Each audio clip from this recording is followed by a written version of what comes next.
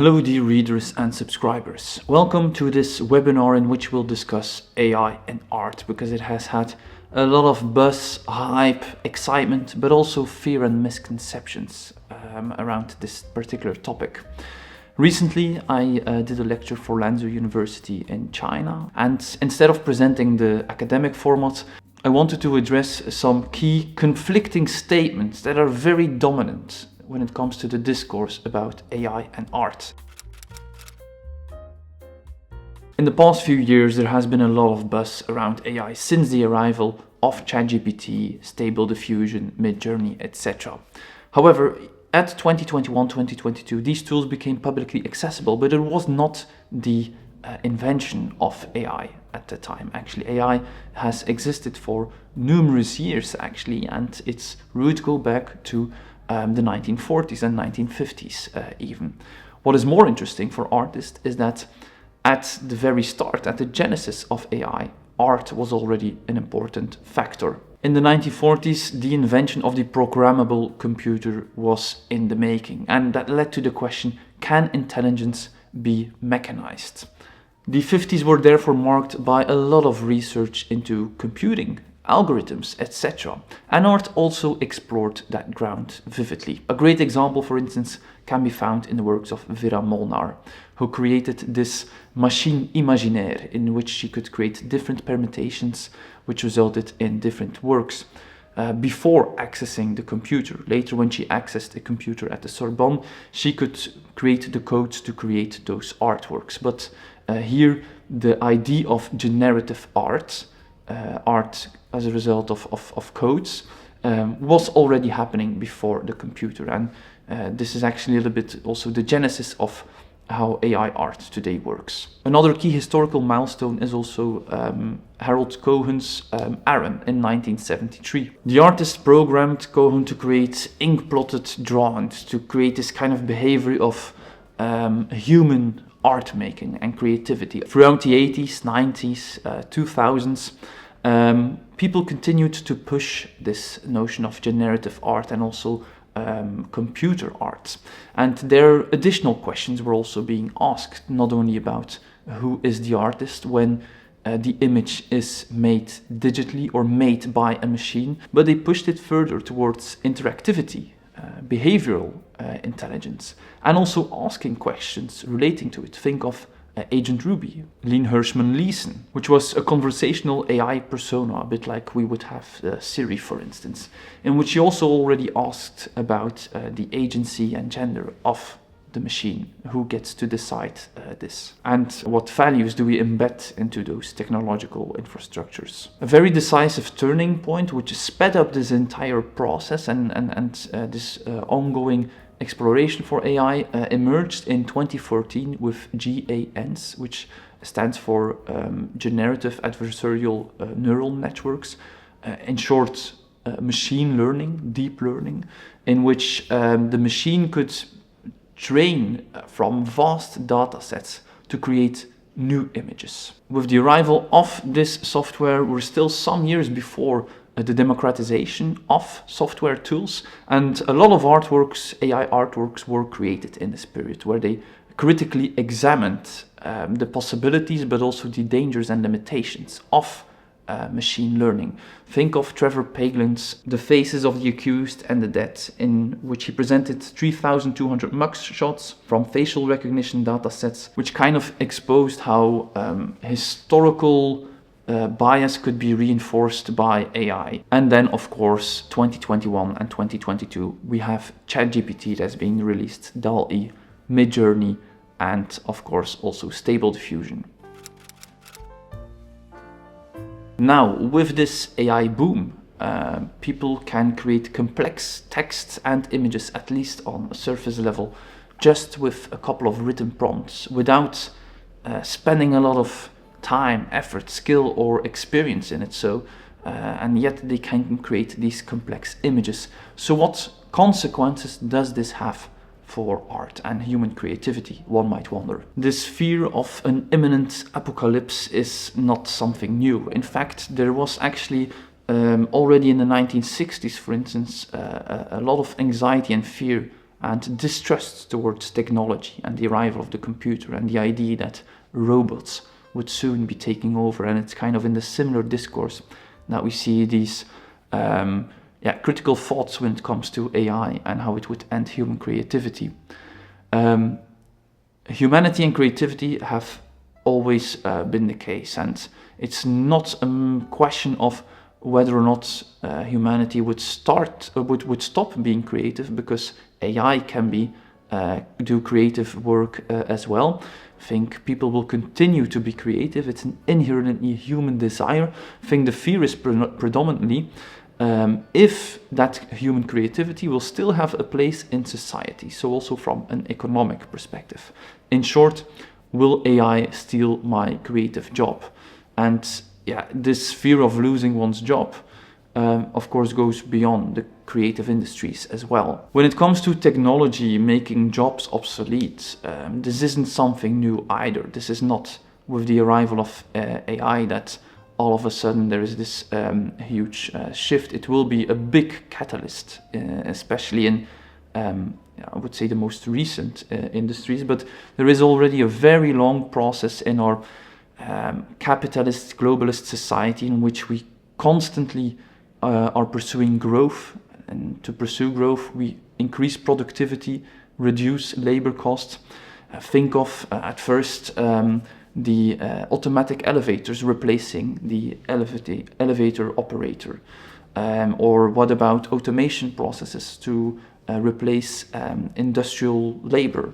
But also with software, for instance, booking software for that are replacing travel agencies, or software such as Canva that actually also takes away a lot of the work that is available in terms of graphic design by giving an easy-to-use software so people can do it themselves. And AI is kind of also, from a creative perspective, an extension of that tendency. So yes, AI will have a further impact on those creative industries, predominantly graphic designers, illustrators, commercial artists, because it enables people to do the job either themselves or by someone else faster. So the amount of work that is available can be done by fewer people or in fewer hours. From this perspective, the artists who embrace AI will be the ones that are able to keep their job.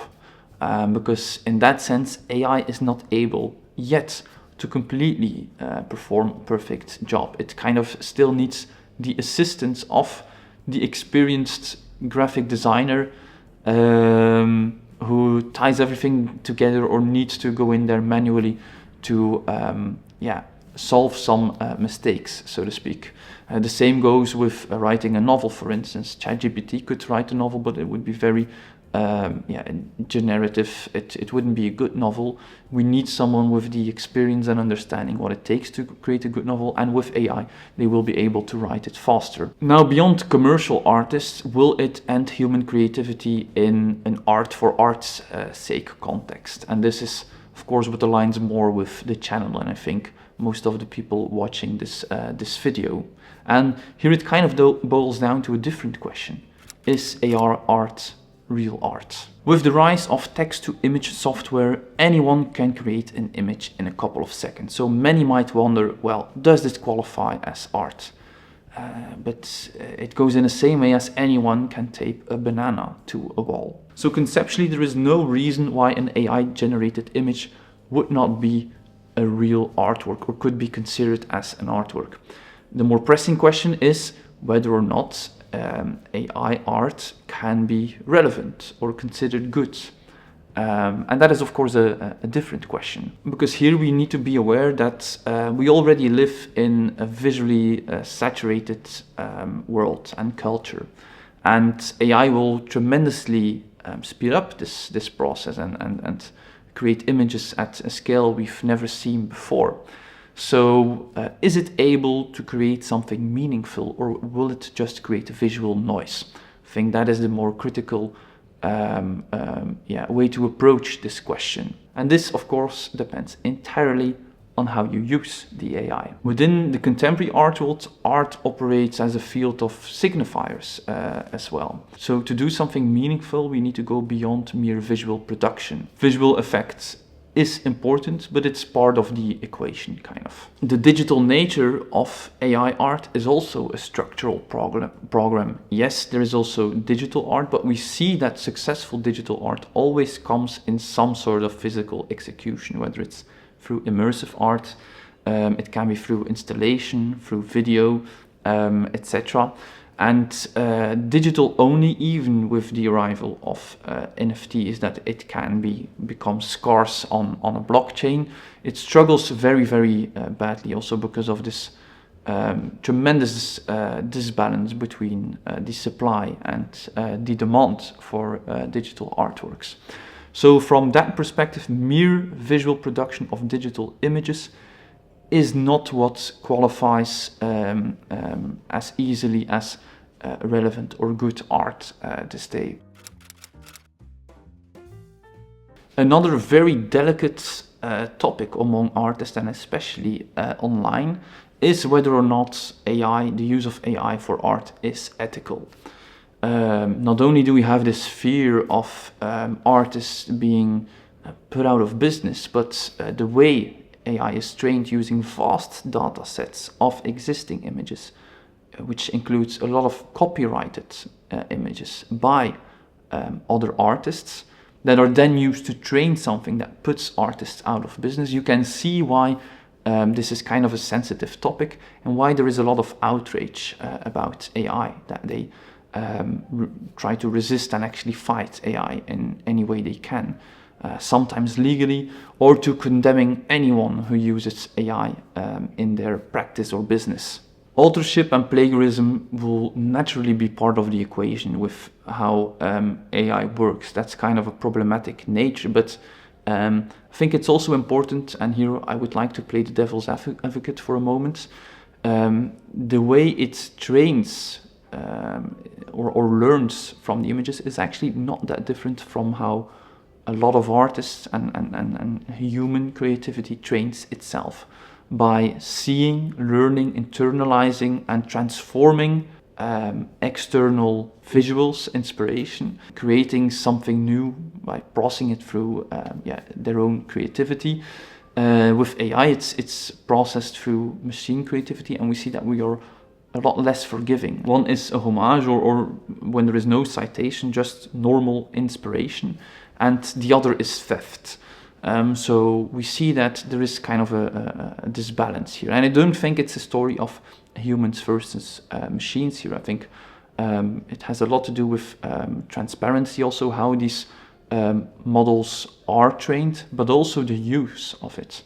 I think responsible use is very important with AI, and from this perspective there have been many malpractices of people who create derivative forms of or derivative artworks of successful artists and sell it online via print-on-demand stores.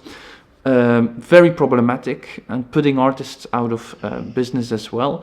But this is, of course, not necessarily the fault of the technology. One might say, well, then it needs to be regulated better. But that is, of course, a different topic to discuss. From that perspective, the use of AI does not per se have to undermine artistic ethics, I would say. Even more, it can be used as a tool to ask critical questions about artistic ethics. So from that perspective, can it result in a paradigm shift? Can it result in a new avant-garde? And this brings us to the final very popular narrative when it comes to AI. That it will bring this new renaissance of AI art with it, that it will change art the way we know it today, that it will demolish how the art world works right now, and that a new era has arrived. I think this is once more a bit of a sensational take on it, and art is being implemented not only for decades but also in the past 5 years very intensively, although it is very clear to see that it has effect on art, as many technologies have actually in the past. To say that it is a new era that seems a little bit of a stretch. So this narrative of an AI renaissance is a little bit misleading. Ultimately, what it does is it confuses technological novelty with artistic merit. In the end, what matters is not the technology itself, but how it is being used. Artists have been terrific and genius when it comes to absorbing new technologies to implement it in their artistic practices for centuries. Think of the use of grid technologies in Renaissance painting to improve anatomical proportions in perspective, or architectural ones. Think of the camera obscura, which is not why Caravaggio was lauded. If anything, it was being kept secret because they were afraid if they would see it as cheating, and one can understand why if we see it today. But he was also lauded not for the technology, but how it resulted in a more dramatic visual language, how he also included real people in his paintings instead of idealized figures. And the same can be said for artists who started to work with or include photography in their practice, the same with video. The same goes with editing softwares such as Photoshop and Paintbox. So it's more about how the technology is being used as a tool than it is about the novelty of the technology itself. Because then after a couple of years, it would already be obsolete and the art would not age well, and it would become, if anything, or at best, a footnote in art history. And we see that here, this absorption of AI as a tool is already happening. There are artists like David Sally, for instance, who taught AI as if it would go through art school how to make a good painting. On the other hand, there are also artists who use art to explore AI. So not AI to explore art, but art to explore AI. And a great example is the aforementioned work by Trevor Paglen, but for instance also Refik Anadol, that makes this complex process of machine learning and all the generative adversarial networks to make them visible. So from this perspective, AI does not create by default a new avant-garde. Its use does not automatically produce artistic relevance. What it does offer is new tools, new spaces, new realms, new things to explore, uncharted terrain. And that, of course, is very, very exciting. Feel free to read the complete online version of this video in article format, which is a bit more extensive, online at contemporaryartissue.com. And I very much wonder if you would be interested in seeing more videos about art and AI. For instance, I could create a video about the most, or like the leading AI artists, of whom already a couple were mentioned throughout this video, but there are a lot more. Or how artists can use AI in responsible ways to improve their artistic practice. So do let me know in the comments. Thank you so much for tuning in today. Feel free to watch our video on 8 artists to watch in 2026 next. Support us on Patreon and please consider subscribing to stay posted for more contemporary art. Bye.